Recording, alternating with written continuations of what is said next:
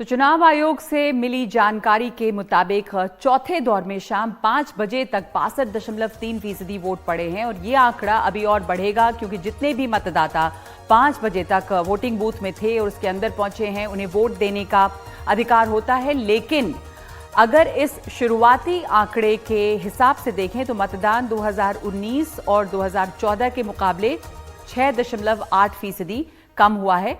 तब 69.1% लोगों ने वोट डाले थे। अब हम एक नजर ये डालते हैं कि किस राज्य में सबसे अधिक वोटिंग हुई है और किस राज्य में सबसे कम मतदान आज हुआ है। तो आपको ग्राफिक दिखाते हैं कि फेज 4 का टर्नआउट जो है वो क्या रहा है। ये 2019 में देखिए 82.9 और फेज 4 2024 में 75.7। और उसके अलावा अब आपको दिखा रहे हैं कि मतदान सबसे कम और सबसे ज़्यादा कहाँ पे हुआ है। तो जम्मू कश्मीर में सबसे कम वोटिंग हुई है और बंगाल में सबसे अधिक 75.7% वोट डाला गया है। बंगाल में आज चौथे चरण में 8 लोकसभा सीटों पर वोट डाले गए हैं, लेकिन सबसे कम मतदान जम्मू कश्मीर में 35.8% दर्ज कराया गया है। लेकिन ये 2019 में जो चुनाव हुआ था फोर्थ फेज का जम्मू कश्मीर में, उसके मुकाबले काफ़ी बड़ा है। 14.4 से 35.8 दर्ज कराया गया है। तो आज सिर्फ श्रीनगर लोकसभा की सीट पर ही वोट डाले गए थे। सबसे ज़्यादा और कम मतदान वाली सीटें हम आपको दिखा रहे हैं। पश्चिम बंगाल में बोलपुर में 77.8% वोट डाले गए हैं। यहाँ पे सबसे ज़्यादा वोटिंग हुई है और कम जो है वो कश्मीर में हुई है।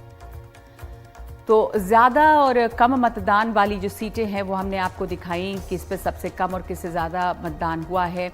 अब एक नज़र डालते हैं कि आपको हमने दिखाया कि बोलपुर में 77.8% मतदान हुआ है। आगे बढ़ते हैं, दूसरा ग्राफिक जो है उस पर नज़र डालते हैं। अब इसमें ये देखा जा रहा है कि बोलपुर में सबसे ज़्यादा है और श्रीनगर में सबसे कम है। अब हम एक एक करके इसका विश्लेषण भी करेंगे, आकलन भी करेंगे और हमारे साथ तमाम यहाँ पे एनालिस्ट हैं, विश्लेषक हैं जो मौजूद हैं। एक बड़ा सवाल ये है कि मतदान घटने और बढ़ने के क्या मायने हैं, तो इस पर हम चर्चा करेंगे। हमारे साथ अमिताभ तिवारी हैं स्टूडियो में, राजनीतिक विश्लेषक, अदिति फडणिस जुड़ रही हैं जूम से, और हमारे साथ राम कृपाल सिंह हैं वरिष्ठ पत्रकार।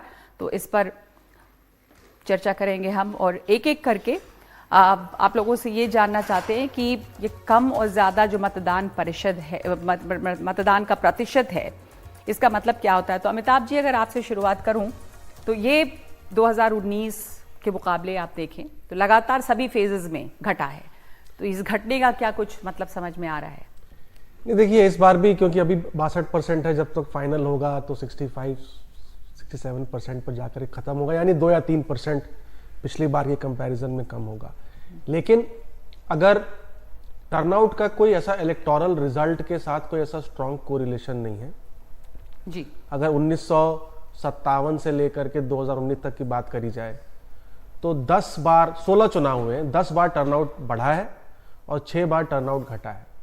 जब 10 बार टर्नआउट बढ़ा है तो सरकार जो है वो वापस 6 बार आई है, यानी 60% ऑफ द टाइम इनकम्बेंट सरकार रिपीट हुई है जब टर्नआउट बढ़ा है तो। और 6 बार जब टर्नआउट घटा है तो उस वक्त 2 बार सरकार वापस आई है, यानी 33% ऑफ द टाइम सरकार वापस आई है। तो कोई स्ट्रॉन्ग कोरिलेशन नहीं है। जब बढ़ी है तो भी सरकारें आई और गई हैं, और जब घटी है तो भी सरकार हारी है या जीती है। तो कोई इससे खास ट्रेंड नहीं निकाल सकते हम, स्टेट बाय स्टेट देखना पड़ेगा और कई बार सीट बाय सीट भी जाकर के देखना। पर एक है ओवरऑल की कुछ एक ये मायूसी सी लगती है, क्योंकि बीच में भी हमने बार बार देखा कि लगातार अपील की गई कि वोट डालें, कितना ज्यादा प्रचार इसको लेकर किया गया है। बीच मतदान के दौरान कई फेजेस के बीच में प्रधानमंत्री ने अपील की है, लगातार अपील की जा रही है।